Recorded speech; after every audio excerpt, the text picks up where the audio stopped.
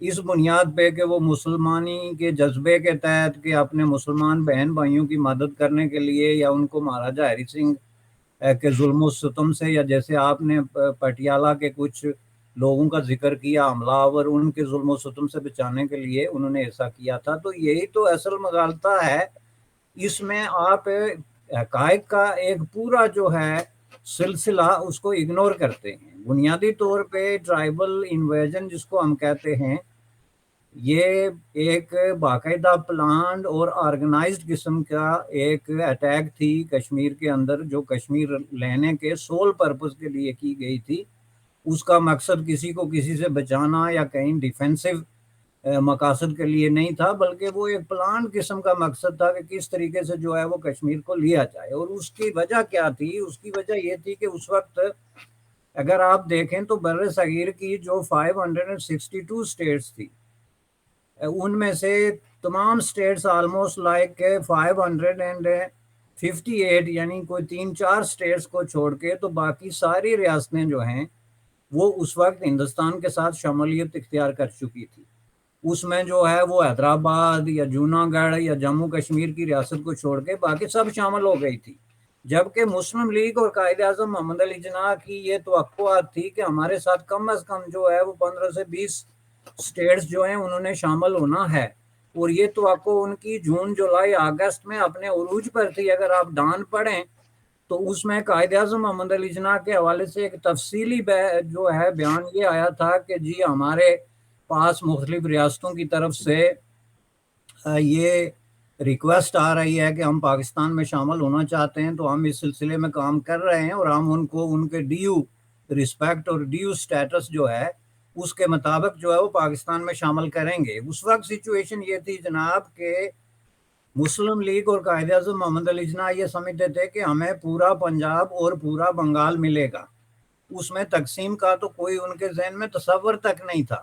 اور اگر تصور تھا بھی تو پنجاب کے حوالے سے وہ سمجھتے تھے کہ پنجاب اس طریقے سے تقسیم ہوگا کہ ہمارا جو ہے وہ جیوگرافی کے حوالے سے لنک جو ہے وہ یہ راجپوتانہ کی اور پنجاب کی جو 15-16 ریاستیں تھیں ان کے ساتھ بنے گا. اور ان ریاستوں کے جو راجے اور مہاراجے تھے، اب ظاہر ہے آپ کے پروگرام میں اتنی کیپیسٹی نہیں کہ میں سب کا ایک ایک کر کے آپ کو ریفرنس دوں، لیکن ان کی اکثریت یہ پہلے ہی ڈکلیئر کر چکی تھی ان کی اپنی جو سوشیو ایکنامک فارمیشن اور ان کی جو آئیڈیالوجیکل اورینٹیشن تھی اس کی روشنی میں کہ کانگریس کے ساتھ ہماری بات بنے گی نہیں. چونکہ بنیادی طور پہ یہ جاگیرداری کی ایک خاص شکل تھی یہ راجے اور مہاراجے، اور ظاہر ہے کانگریس یہ بات ڈکلیئر کر چکی تھی کہ ہم ریاستوں کو مرج کرنے کے بعد وہاں کا جو سوشیو ایکنامک سسٹم ہے اس کو چینج کریں گے، جاگیرداری ختم کریں گے اور یہ راجوں مہاراجوں کا راج ختم ہو جائے گا. جبکہ اس کے برعکس مسلم لیگ کی یہ کلیئر پالیسی تھی کہ اگر ہمارے ساتھ کوئی ریاست شامل ہوتی ہے تو ہم اس کا انٹرنل جو سوشیو ایکنامک فارمیشن ہے اس کو ٹچ نہیں کریں گے.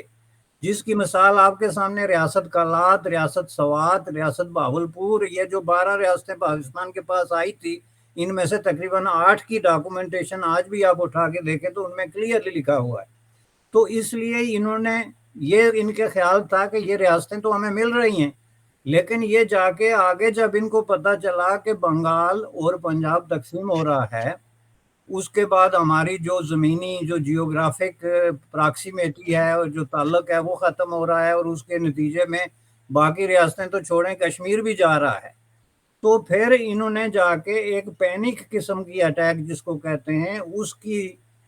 طرز پہ جو ہے انہوں نے ایک ہنگامی قسم کے اقدامات کرنے شروع کر دیے، جس کے لیے آپ نے خود ہی جو حوالہ دیا سردار شوکت عیاد کی کتاب جو ہے وہ پڑھ کے دیکھیں کہ کس طرح لیاقت علی خان کی صدارت میں اجلاس ہوا اور اس میں یہ طے کیا گیا کہ 3 لاکھ روپیہ انہوں نے سرکاری خزانے سے جو گورنر غلام محمد جو وزیر خزانہ اس وقت تھے انہوں نے جو ہے وہ دیا، اور کس طرح انہوں نے خورشید انور کے ہاتھ جو ہے وہ پیسے دیے چونکہ ان کا ذاتی تعلق ان سے بنتا تھا. اور اس کی بیس پہ انہوں نے جا کے تو خورشید انور چونکہ نیشنل گارڈ جو صوبہ سرحد جو اس وقت اس حوالے سے قبائلیوں کے ساتھ ان کا تعلق تھا، اور قبائلیوں کو کس طرح سرکاری ٹرکوں میں لا کے تو وہاں سے ایبٹ آباد لایا گیا، اور پھر آگے جا کے تو 24 اکتوبر کو انہوں نے مظفر آباد پہ اٹیک شروع کی، جس میں ایک ایک لفظ ایک شوکت ایاد کو آپ چھوڑیں، ریڈرز ان کشمیر، جنرل اکبر، کسی کا بھی جو کوئی کہیں تعلق رہا ہو اس کو اٹھا کے دیکھیں تو بڑا کلیئرلی ہے کہ یہ پلان قسم کا ایک مسئلہ تھا جو قبائلی اٹیک تھی، جس کو ان صاحب نے لکھا ہے کہ ان کی اجازت دی ہم نے۔ اس اٹیک کا تعلق اگر کوئی پٹیالہ سے جموں میں آیا بھی تھا تو جموں سے کوئی نہیں تھا جناب، ان کا رخ جو ہے وہ سری نگر کی طرف تھا، اور ان کا مقصد یہ تھا کہ ہم سری نگر گریب کریں گے، بلکہ مستند اطلاعات کے مطابق یہ سری نگر سے چند کلومیٹر کے فاصلے پہ پہنچ چکے تھے جب انہوں نے وہاں پہ لوٹ گسوٹ کا جو بازار گرم ہوا اور جو آپس میں ان فائٹنگ شروع ہو گئی، جس کے نتیجے میں ان کو پھر کال آف کیا گیا یا واپس بلایا گیا۔ تو اس حساب سے دیکھیں تو یہی واقعہ ہے جو پوری لینڈسکیپ جو ہے کشمیر کی پالیٹکس کی وہ اس نے چینج کر دی، جس کے نتیجے میں جو ہے وہ پھر مہاراجہ ہری سنگھ کو مدد مانگنی پڑی، اور پھر انڈین آرمی جو ہے 27 اکتوبر کو وہاں پہ لینڈ کر گئی۔ اس میں ایک فیکٹر یہ تھا۔ دوسرا فیکٹر ظاہر ہے جو پونچھ کا ریبیلین جو آپ نے حوالہ دیا، جو لوکل مقامی فوجی تھے پونچھ کے، جو کہ بہت بڑی تعداد میں منظم ہو گئے تھے، اور ظاہر ہے وہ یہ سردار ابراہیم اور اس طرح کے جو دوسرے ان کے رفقائے کار تھے یا ان کے ساتھی تھے، ان کی قیادت میں یہ لوگ منظم ہوئے تھے مہاراجہ کے خلاف جنگ کے لیے۔ تو یہ جو دو فیکٹر تھے انہوں نے ملا کے تو مہاراجہ کو یہ ڈیسیجن کرنے پہ مجبور کیا ہے۔ میں آپ کو بتاتا ہوں کہ اگر یہ بات نہ ہوتی تو ہم ذرا اس کو اگر پراپر پرسپیکٹو میں رکھ کے دیکھیں تو جو قانون آزادی ہند کے مطابق انگریز کہہ رہے تھے کہ ہم ہندوستان کو چھوڑ کے جا رہے ہیں، اور جس دن ہم ہندوستان کو چھوڑیں گے یعنی 14 اور 15 اگست کو، اس کے بعد جو ہماری عملداری ریاستوں پہ ہے وہ ختم ہو جائے گی، اور ریاستوں کے ساتھ ہمارے جو معاہدے ہوئے تھے وہ ایز اٹ از بحال ہو جائیں گے، یعنی ریاستیں بیک ٹو اس پوائنٹ پہ چلی جائیں گی جس میں انہوں نے ہمارے ساتھ معاہدے کیے، اور ہم سٹل ان معاہدوں کی پاسداری کریں گے۔ یہ تھا ان کا اعلان۔ اب خفیہ طریقے سے لارڈ ماؤنٹ بیٹن اور پنڈت نہرو یا سردار پٹیل کے درمیان کیا انڈرسٹینڈنگ تھی جس میں وہ ریاستوں سے بھری ہوئی ٹوکری کے تحفے کی بات ہو گئی یا وغیرہ وغیرہ، وہ دوسری چیز ہے، لیکن قانون آزادی ہند کی روشنی میں یہ واضح تھا کہ ریاستیں جو ہیں وہ اگر چاہیں تو جو ان کو ساورنٹی مل جائے گی آن 14 and 15 اگست، اس کے بعد وہ اس کو برقرار رکھ سکتے ہیں۔ اس اعلان کی روشنی میں ریاست حیدرآباد نے باقاعدہ گورنمنٹ آف انڈیا کو ان رائٹنگ دے دیا تھا کہ جی ہمارا کوئی ارادہ ہلاک کا نہیں ہے۔ اس طرح ریاست جموں کشمیر نے ڈیسیجن نہیں کیا تھا،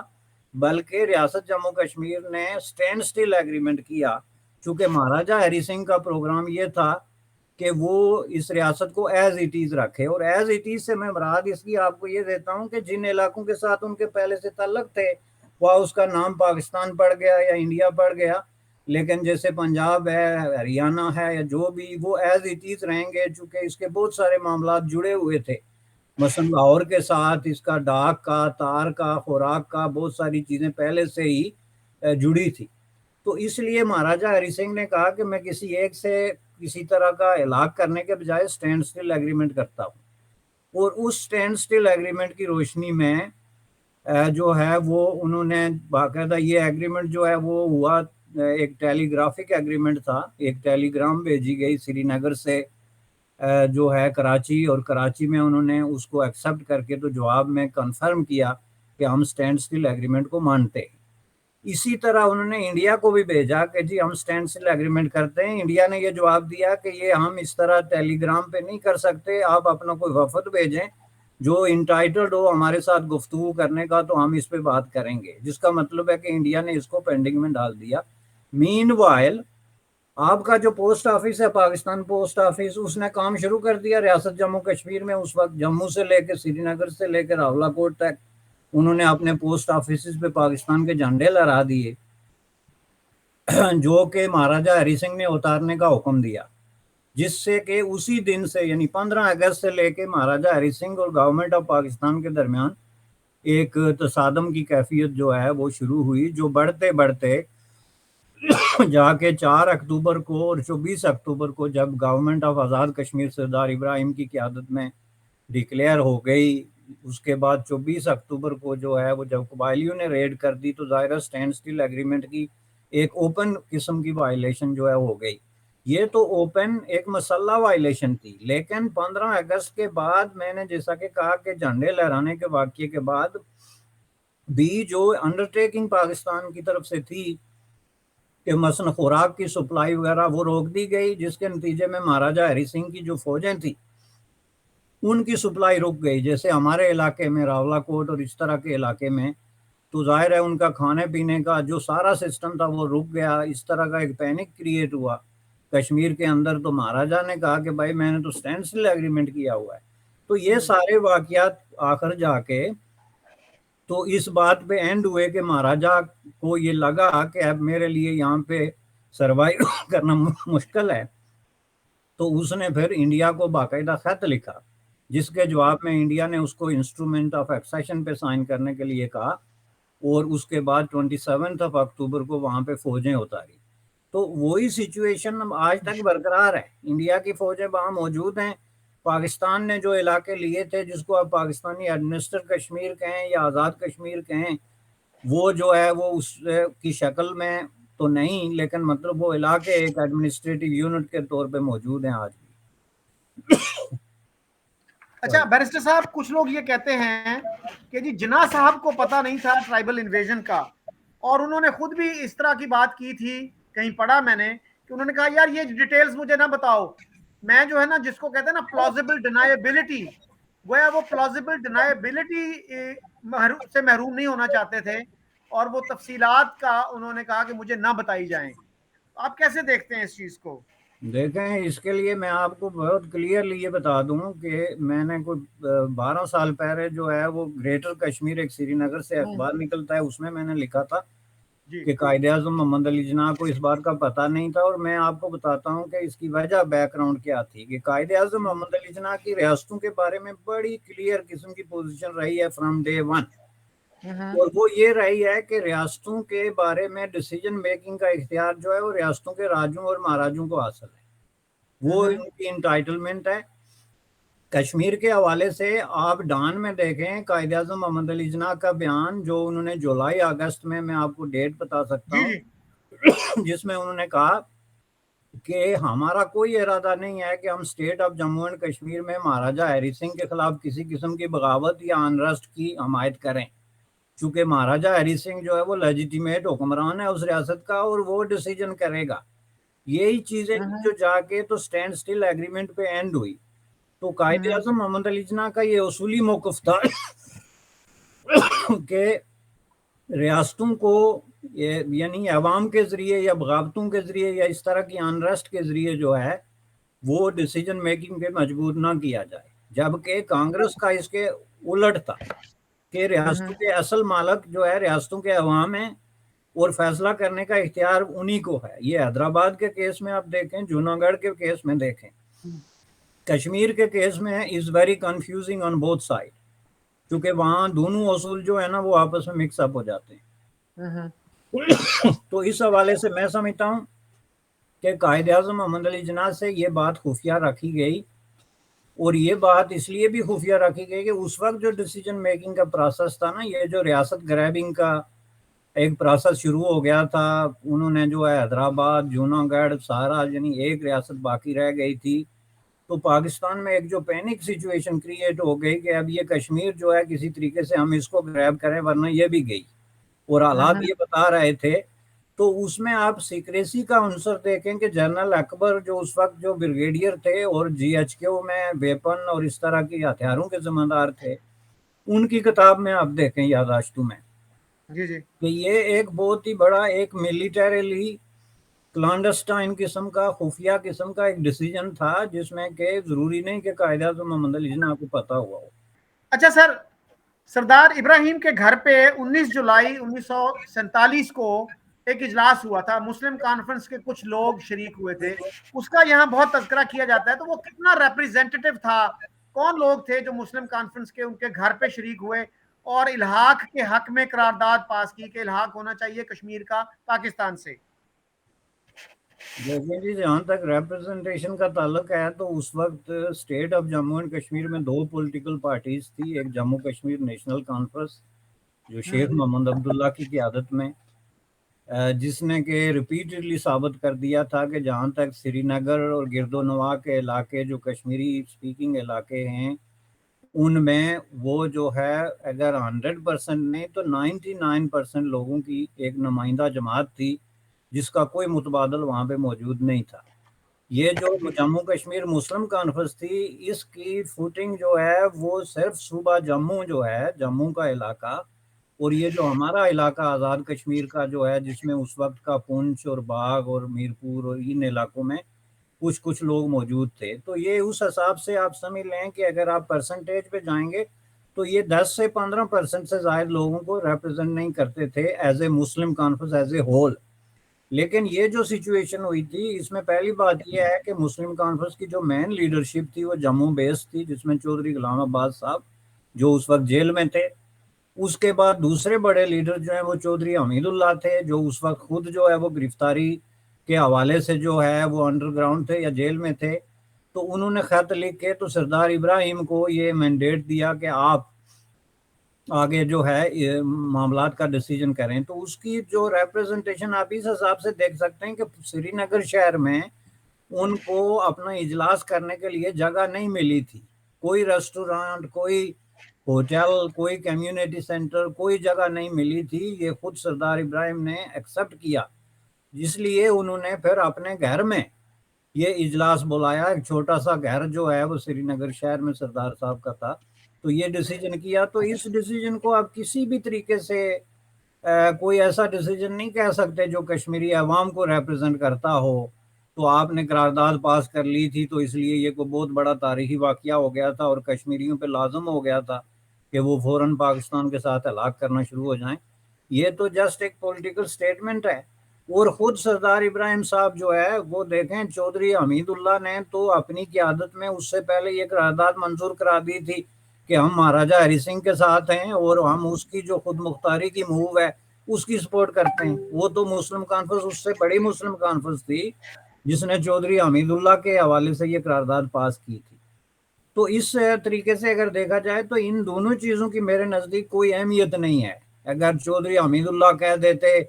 کہ میں خود مختاری کے حق میں ہوں اور سردار ابراہیم کہہ دیتے کہ میں علاقہ پاکستان کے حق میں ہوں، تو ان دونوں چیزوں کی ایک سمبولک جسٹ ایک سروے کے لیے ایک آپ اہمیت کہہ سکتے ہیں، لیکن ان میں سے کوئی ایک شخص بھی یہ دعویٰ نہیں کر سکتا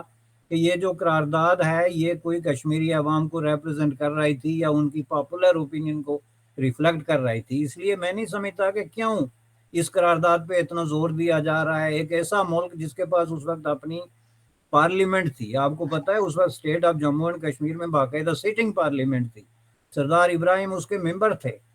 مہاراجہ ہری سنگھ کی قائم کردہ پارلیمنٹ جس میں ہمارے علاقے سے یہ سردار ابراہیم تھے، اس طرح کے لوگ تھے۔ تو اس میں اگر آپ جو ہے وہ ایک پارٹی کے ایک گروپ کا ایک آئسولیٹڈ قسم کا اجلاس بلا کے کوئی قرارداد پاس کریں گے تو اس کی اوپینین جو ہے اس کی جو اہمیت ہے وہ ایک اوپینین سے زیادہ کچھ نہیں ہے میرے نزدیک۔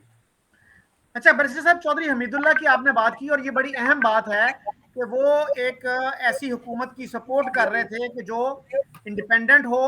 اور جس کی صدارت جو ہے وہ مہاراجہ ہری سنگھ کے ہاتھ میں ہو۔ اس کا ریفرنس کو دے سکتے ہیں جی آپ؟ ان کے کوئی بایوگرافی ہے، کیا ہے؟ ان کی بایوگرافی تو میری نظر سے نہیں گزری، لیکن دیکھیں وہ آزاد کشمیر میں جو جموں کشمیر میں جو عام طور پہ ایسی چیزیں ہیں نا ان کو ہم کل کے واقعات کہتے ہیں، جو کہ لوگوں نے جلسوں میں باتیں کی، جلوسوں میں کی اور اخباری بیانات وغیرہ میں، تو اس کے بے شمار حوالے آپ کو مل جائیں گے۔ اب خود اگر مسلم کانفرنس کے لوگوں سے پوچھے تو وہ آپ کو بتا دیں گے کہ بالکل صحیح ہے جی۔ میرے خیال میں مسلم کانفرنس کے جو ریکارڈ ہے اس میں بھی یہ بات موجود ہے، اگر وہ ان کے پاس کہیں موجود ہے تو اس میں یہ صاف ہے کہ یہ قرارداد جو ہے وہ پاس ہوئی تھی، اس کو کوئی ڈسپیوٹ نہیں کرتا۔ اور یہ بات اس لیے اس وقت کوئی بڑی بات نہیں تھی، میں آپ کو بتاتا ہوں کہ مہاراجہ ہری سنگھ جو بات کر رہا تھا کشمیر کی ایک آٹونومس سٹیٹس کی بر صغیر میں، یہ کوئی نئی بات نہیں کر رہا تھا، چونکہ جموں کشمیر شروع سے اس طرح کا سٹیٹس رکھتا تھا۔ مثلا فار ایگزامپل میں آپ کو ایک مثال دیتا ہوں کہ وہاں پہ کوئی آدمی جو ہے وہ ہندوستان سے وہاں پہ، چونکہ اس وقت ہندوستان ہی تھا نا، پنجاب اور دوسرا لے کے، تو بغیر پرمٹ کے کشمیر میں داخل نہیں ہو سکتا تھا۔ یہی وجہ ہے کہ مہاراجہ ہری سنگھ نے پنڈت جواہر لال نہرو کو اریسٹ کیا تھا اس جرم میں کہ وہ بغیر پرمٹ کے جو ہے وہ state of Jammu and Kashmir میں انٹر ہوئے ہیں. تو یہ state of Jammu and Kashmir کی ایک آٹونومس اسٹیٹس تھا جس کو برقرار رکھنے کی بات کرنا میرے نزدیک کون سی ایسی قانونی بات تھی. یہ جو بر صغیر اس وقت تقسیم ہو رہا تھا اس میں یہ کتنے پرسنٹ لوگ انوالو تھے تقسیم میں اور کتنے پرسنٹ تھے جن کا تقسیم سے کوئی تعلق نہیں. ظاہر ہے کہ آپ بات کر رہے ہیں ریاستوں کی تو چودھری صاحب 562 ریاستیں تھیں. 562 ریاستوں میں سے پاکستان کے حصے میں کتنی ریاستیں آئی اور جو ریاستیں آئی بھی وہ کن ٹرمز اور کنڈیشنز پہ آئی. فار ایگزامپل ریاست کلات، ریاست سوات، ریاست بہاولپور، ان کی ڈاکومنٹیشن اٹھا کے دیکھیں. ریاست سوات تو 15 سال تک جو ہے وہ خود مختار رہی. اس کا جو انٹرنل سسٹم تھا وہ ساری چیزیں تھی جو خود قائد اعظم محمد علی جناح نے جو ہے پہلے ان ریاستوں کو کہا تھا کہ میں آپ لوگوں کے اندرونی معاملات کو نہیں چھیڑوں گا. کلات کی جو سٹوری ہوئی وہ آپ کے سامنے ہے جس کو یہاں میں نہیں لانا چاہتا چونکہ گفتگو بہت لمبی ہو جائے گی. تو کشمیر کے حوالے سے اس میں یہ کوئی بات ہی نہیں تھی کہ مہاراجہ ہری سنگھ جو ہے، مہاراجہ ہری سنگھ کا خاندان 100 سال سے کشمیر پہ حکومت کر رہا تھا. 100 سال سے وہ سمجھ رہے تھے کہ وہ اس ریاست کے مالک وارث اور اس دھرتی کے بیٹے ہیں. تو وہ اگر یہ سمجھتے تھے کہ ہم بر صغیر میں اپنا یہ سٹیٹس برقرار رکھنا چاہتے ہیں تو اس میں کون سی نئی بات تھی. نمبر 1. نمبر 2، جو فارمولا اس کے جواب میں مسلم کانفرنس کا یہ گروپ پیش کر رہا تھا علاقے پاکستان کا، اس میں آپ مجھے یہ بتائیں کہ اس میں جو جموں کے ہندو ہیں جو کہ ایک بہت بڑی تعداد تھی، یا لداخ کے بدھسٹ ہیں، ان کے لیے کیا ان کے پاس جو ہے وہ فارمولا تھا کہ ہم اگر دو قومی نظریے کی بنیاد پہ علاقے پاکستان کی بات کر رہے ہیں تو پھر جو جموں کشمیر کے ہندو ہیں وہ دو قومی نظریے کی بنیاد پہ کس جرم میں جو ہے وہ ہمارے ساتھ جائیں گے. دیکھیں اس میں بات نیشنلزم یا خود مختاری کی نہیں ہے، بات انصاف کی ہے. میرا گھر جو ہے وہ ٹیکسلا سے کوئی 146 کلومیٹر دور ہے.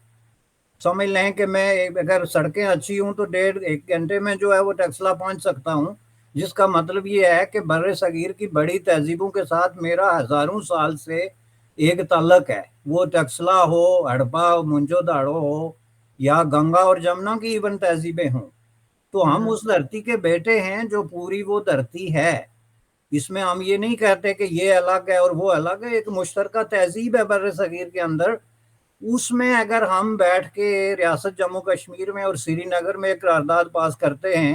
کہ چونکہ میں مسلمان ہوں تو ادھر میرے نام سے ایک ملک بن گیا تو اس لیے میں پوری ریاست جموں کشمیر کو لے کے اس میں جانا چاہتا ہوں، اور اس کے اندر جو ہندو ہیں یا بدھسٹ ہیں یا سکھ ہیں یا پنڈت ہیں ان کا کوئی رائٹ نہیں، تو یہ کون سی قرارداد ہے؟ یہ بنیادی طور پہ دیکھیں نا ایک امپاسبل قسم کا فارمولا تھا. یہی وجہ ہے کہ قائد اعظم محمد علی جناح کو اب دیکھیں 1946 اور 47 میں کم از کم 4 جو ڈیلیگیشن ہے ریاست جموں کشمیر کے جو مسلم کانفرنس کے وہ جا کے ملے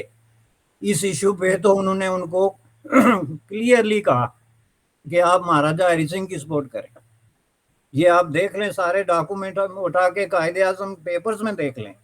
تو جناب یہ جو چیز تھی یہ تو ایک جذباتی بات تھی. پورا بر صغیر اس وقت جذبات کے غبار میں آ گیا تھا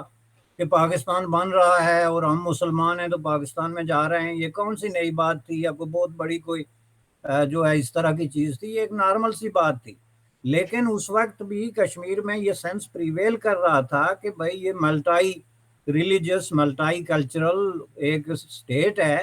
اور اس کے اندر اس طرح کا ڈیسیجن جو ہے وہ اسٹیٹ کو برے طریقے سے جو ہے وہ تقسیم کر دے گا، اور مہاراجہ ہری سنگھ کا یہی کنسرن تھا. تو اس میں اگر مہاراجہ ہری سنگھ کی یہ سوچ تھی تو مجھے اس میں کوئی نئی بات یا کوئی انقلابی ریڈیکل بات نظر نہیں آ رہی. اچھا بیرسٹر صاحب، آج کا جو پاکستان کا ڈومیننٹ نیریٹو ہے کشمیر پہ، مثلاً پاکستان کا جو یو این میں مشن ہے اس میں جو ہے نا مہاراجہ ہری سنگھ کو اتنا ظالم اتنا جابر دکھایا گیا ہے، تو یہ بات کہیں نہیں آتی کہ مسلم کانفرنس اور جناح صاحب اس کے حامی تھے اور مسلم کانفرنس سے انہوں نے کہا تھا کہ ان کے خلاف بغاوت نہ کریں. اچھا سر، آپ نے بات کی کلات کی بھی. مجھے یاد ہے ایئر مارشل اصغر خان نے آج سے کوئی 20-22 سال پہلے ڈان میں لکھا تھا ایک آرٹیکل جس میں انہوں نے کہا تھا کہ کلات کی جو ایکسیشن تھی it was obtained at gun point. یہ آپ اگری کرتے ہیں اس بات سے؟ دیکھیں جی، کلات کی جو سٹوری آف ایکسیشن ہے پہلی بات یہ ہے کہ اطلاعات نے بھی بالکل اسی طرح سے جو ہے وہ اسٹینڈ سٹل ایگریمنٹ سائن کیا تھا جس طرح مہاراجا ہری سنگھ نے کیا تھا. وہ اسٹینڈ سٹل ایگریمنٹ سائن کرنے کے ودن 2 months جو ہے 24 اکتوبر کو وہاں پہ فوجیں اتار دی گئی. یونائٹڈ نیشن کی آپ بات کرتے ہیں تو پاکستان نے تو وہاں کلیئرلی جا کے کھڑے ہو کے 8 گھنٹے تقریر کر کے کہا کہ ریاست جموں کشمیر کے اندر جو ملیٹنسی ہو رہی ہے، خواہ وہ قبائلی ہیں یا آزاد کشمیری فوجی ہیں یا جو بھی ہیں، ان سے ہمارا کوئی تعلق ہی نہیں ہے. یہ بالکل کلیئر آپ اٹھا کے دیکھیں، جس کے نتیجے میں پہلی 2 قراردادیں جو پاس ہوئی یونائٹڈ نیشن کے اندر، وہ پاکستان کے اس یقین دانی اور ریپیٹڈ قسم کے موقف پہ ہوئی کہ ہمارا اس چیز سے کوئی تعلق ہی نہیں ہے جی کہ وہاں پہ کسی طرح کی کوئی بات ہو. تو وہاں سے جب کمیشن بھیجا گیا اور مئی میں جا کے کمیشن جب کراچی پہنچا تو وہاں اس کو بلا کے کمیشن کو بتایا گیا کہ جناب یہ تو ہماری جو ہے وہ 3 بریگیڈ کشمیر میں موجود ہیں اور گزشتہ 3 مہینے سے لڑ رہے ہیں، یہ آپ کو کس نے بتایا کہ ہم وہاں نہیں ہیں؟ جس کے نتیجے میں جو ہے وہ کمیشن نے دوبارہ قرارداد پیش کی کہ جی یہاں پہ تو حالات ہی ہو رہے ہیں، یہ تو ہے ہی نہیں جو یونائٹڈ نیشن میں ہو رہا تھا. اب پاکستان نے جو آپ کا سوال تھا کہ یونائٹڈ نیشن میں بھول گیا، وہ سوال میں مس کر گیا.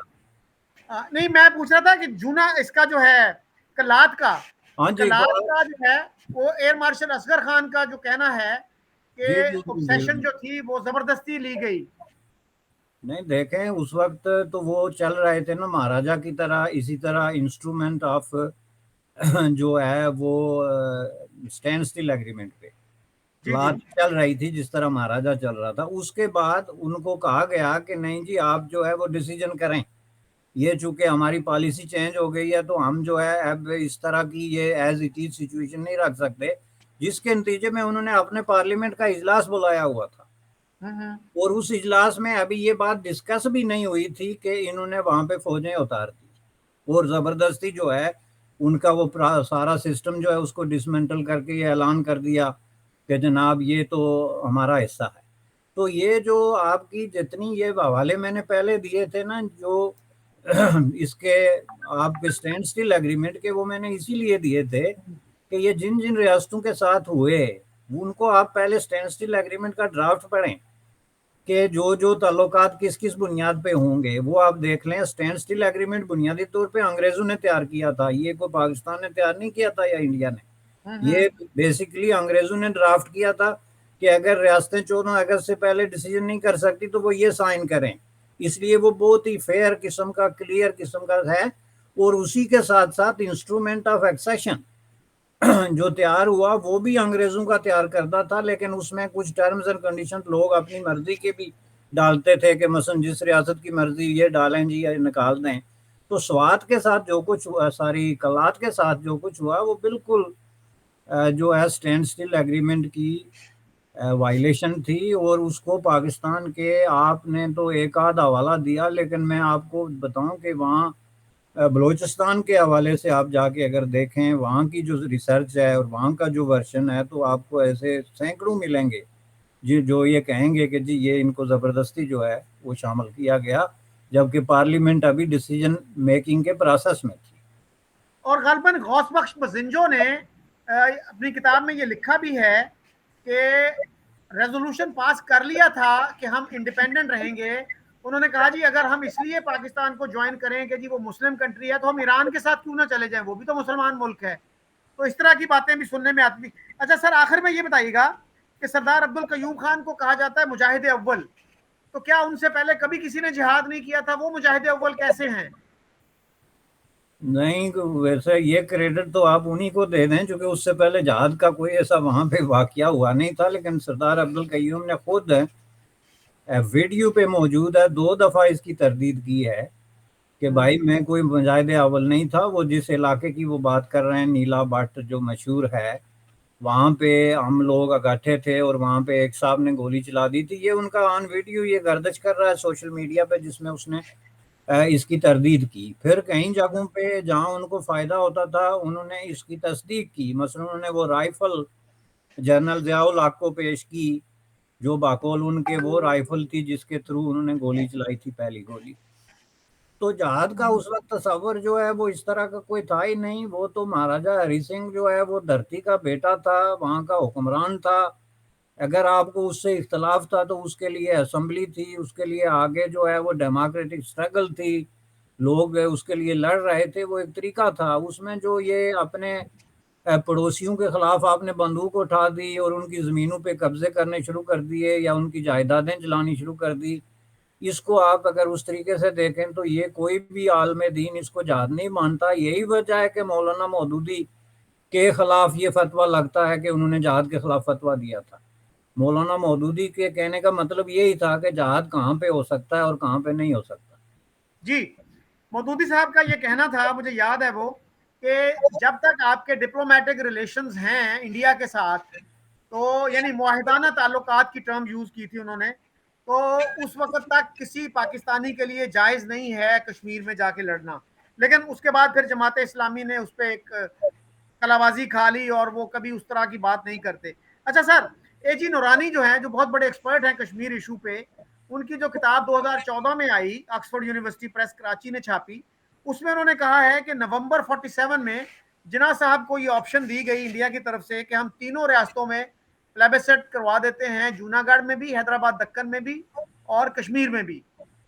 اور آپ کو پتا ہے کہ جونا گڑھ کی ایکسیشن پاکستان نے قبول کر لی تھی, اور یہ سمجھ میں نہیں آتی بات کہ کس لاجک کے تحت قبول کی, کہ اس کا کوئی بارڈر پاکستان کے ساتھ نہیں لگتا تھا, وہاں کی آبادی کی اکثریت مسلمان نہیں تھی, اور جب وہاں پلیبسٹ بھی ہوا, انڈیا نے کروایا بعد میں, تو صرف 90 ووٹ پڑے تھے پاکستان کے حق میں. دیکھیں جی, یہ تو جو محمد علی جناح صاحب کا یہ موقف تھا نا, میں اس کو پھر ریپیٹ کرتا ہوں کہ وہ جو بات میں پہلے کر چکا, چونکہ قائد اعظم اس حق میں تھے ہی نہیں کہ ریاستوں میں کسی طرح کا عوام کو انوالو کر کے آپ کو ڈیسیجن کریں. یہ اگر آپ دیکھیں, میں آپ کو بات بتائی, اس کی بہت لمبی ہو جائے گی, لیکن جو مسلم لیگ کی کانسل تھی اس کا جو ہے وہ کوئی ریاستی باشندہ ممبر نہیں بن سکتا تھا. یہ مسلم لیگ کے آئین میں شامل تھا, کیوں نہیں بن سکتا تھا؟ یہ باقاعدہ جھگڑا ہوا تھا کہ ایک کشمیری کہتا تھا جی میں ممبر ہوں, تو انہوں نے کہا جی جب کوئی غیر ریاستی, کوئی ریاستی باشندہ بن ہی نہیں سکتا, جو 562 ریاستوں میں رہنے والے لوگ ہیں وہ مسلم لیگ کی کانسل کے ممبر نہیں ہو سکتے. اس لیے نہیں ہو سکتے کہ کانسل جو ہے مسلم لیگ, وہ صرف کنسرن ہے پاکستان کے قیام کے لیے, اور پاکستان کا قیام جو ہے وہ صوبوں پہ مشتمل ہے. جو برٹش انڈیا میں ہے اس میں ریاستیں شامل نہیں ہیں, یہ تو انہوں نے باقاعدہ آئین میں لکھا ہوا تھا. اب قائد اعظم جو کچھ بھی ہیں لیکن بے اصول آدمی تو نہیں تھے نا, ایک اوپن اصول تو ان کا تھا کہ بھائی یہ ایک پرنسپل ہم نے طے کر لیا ہے, ہم ریاستوں کے معاملات میں مداخلت نہیں کرتے ہیں, اور وہاں کا جو ڈیسیجن میکنگ کا پروسیس ہے وہ وہاں کے راجوں مہاراجوں کے سپرد ہونا چاہیے.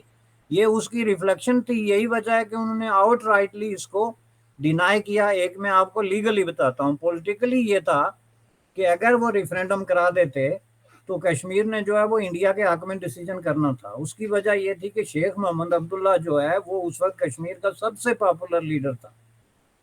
اور اس وقت نیشنل کانفرنس لارجسٹ اور موسٹ پاپولر جو ہے وہ پولیٹیکل پارٹی تھی. دوسرے نمبر پہ مہاراجا ہری سنگھ تھا, اور اس کی ایک اسٹرانگ قسم کی ڈوگرا کانسٹیچوئنسی تھی جموں کے اندر.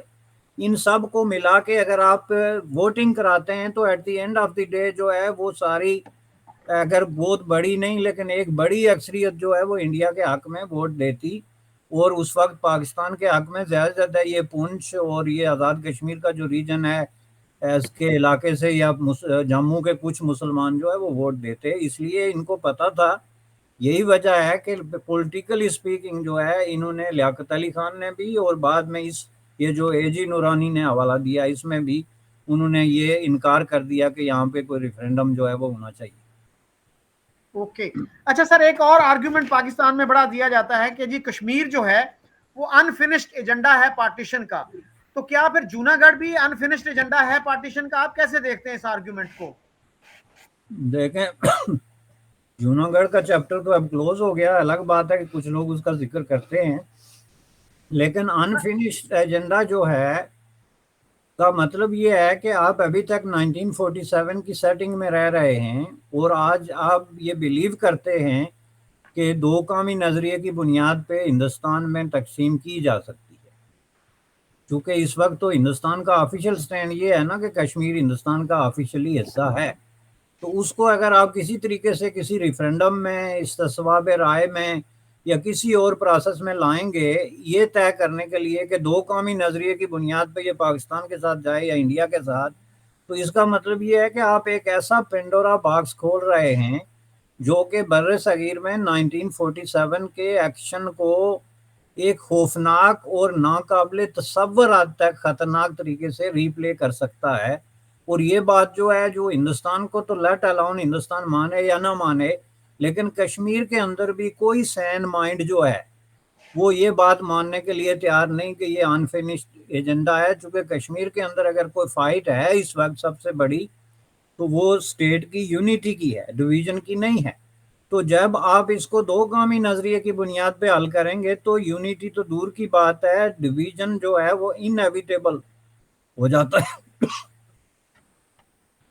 اچھا بیرسٹر صاحب یہ بات فرمائیے گا کہ 370 کی ریپیل کے بعد سے جو حالات ہیں، کیا اب وہاں پہ ملیٹنسی کم ہوئی ہے، لا اینڈ آرڈر بہتر ہوا ہے، ٹورزم کچھ بحال ہوا ہے، کیا ہے سچویشن لیٹسٹ وہاں پہ؟ دیکھیں جی وہ 370 کے بعد ابھی تک وہاں ایک نارمل ڈیموکریٹک پروسیس جو ہے وہ ابھی تک ریسٹور نہیں ہوا، آلدو کہ وہ لوکل پنچایتی الیکشنز وغیرہ ہوئے، ابھی تک وہاں پہ گورنر راج ہے، یونین ٹیریٹوریز جو ہیں وہ ڈائریکٹ مرکز ان کو رن کر رہا ہے۔ تو اس بات کا اندازہ ہمیں اس وقت ہوگا جب وہاں کی ایکچوئل الیکٹڈ ڈیموکریٹک فورسز کو انتقال اقتدار ہو جائے گا، وہ وہاں کے وسائل کے اور معاملات کے مالک ہوں گے تو ہم بات کر سکتے ہیں۔ ابھی تک تو وہی رجیم ہے، دلی سے جو ہے تھرو گورنر وہاں پہ آرڈیننس ایشو ہوتے ہیں، بہت سارے جو ہے وہ ڈیموکریسی کو لے کے، سوشل جسٹس کے حوالے سے، ہیومن رائٹس اور سول لبرٹیز کے حوالے سے بہت بڑے وہاں پہ پرابلمس جو ہیں وہ موجود ہیں۔ تو جب تک آپ اس سوسائٹی کو ٹوٹلی کم از کم جو ہے وہ فنڈامنٹل رائٹس اور سول لبرٹیز ریسٹور نہیں کرتے، اس وقت تک کوئی بھی ورشن جو ہے اس کو ہم کیسے سچ مان سکتے ہیں یا ٹیسٹ کر سکتے ہیں؟ ہمارے پاس ایسی جو ہے وہ اس کے لیے ٹچ سٹون کیا ہے؟ یہ تو بیانات ہے نا جی، ایک گورنمنٹ کی طرف سے بیان آ گیا، ایک مخالفین کی طرف سے آ گیا کہ یہاں پہ ظلم و ستم کے پہاڑ ٹوٹ رہے ہیں، گورنمنٹ کی طرف سے آ گیا کہ نہیں جی یہاں دودھ اور شہد کی نہریں بہنی شروع ہو گئی ہیں۔ لیکن اصل مسئلہ آن گراؤنڈ یہ ہے کہ جب تک آپ الیکشن کرا کے وہاں کے جو فنڈامنٹل رائٹس اور سیول لیبرٹیز کو ریسٹور نہیں کرتے، اس وقت تک میں سمجھتا ہوں کہ میں کم از کم اس سلسلے میں کوئی حتمی سٹیٹمنٹ جو ہے وہ نہیں دے سکتا۔ اچھا پچھلے دنوں کچھ ایسی خبریں بھی آ رہی تھی نا کہ یو اے ای اور کچھ دیگر ممالک جو ہیں وہاں انویسٹمنٹ کرنا چاہ رہے ہیں، اور پھر پاکستانی جو میڈیا ہے اس میں کچھ ایسی خبریں آئیں کہ جی ڈیموگرافک آن سلاٹ ہو گیا ہے کشمیر پہ، بہت زیادہ غیر کشمیریوں کو ڈومیسائل سرٹیفکیٹ ایشو کر دیے گئے ہیں، اس کی حقیقت کیا ہے؟ دیکھیں یہ دو چیزیں ہیں، پہلی بات یہ ہے کہ یس انویسٹمنٹ وہ کر رہے ہیں، اور یہ انویسٹمنٹ اس چیز کی انڈیکیشن ہے کہ پاکستان کی جو پالیسی کشمیر پہ ریسنٹ پالیسی ہے وہ فیل ہو گئی ہے، اور اس کے اپنے قریب ترین الائز جس میں عرب کنٹریز یا اپنے برادر اسلامی ملک ہیں وہ چھوڑ کے چلے گئے ہیں۔ بالکل کلیئرلی انہوں نے جو نئی صف بندی ہوئی ہے اس میں انڈیا اور مودی صاحب کے ساتھ جو ہے وہ اپنا الائنس شو کیا،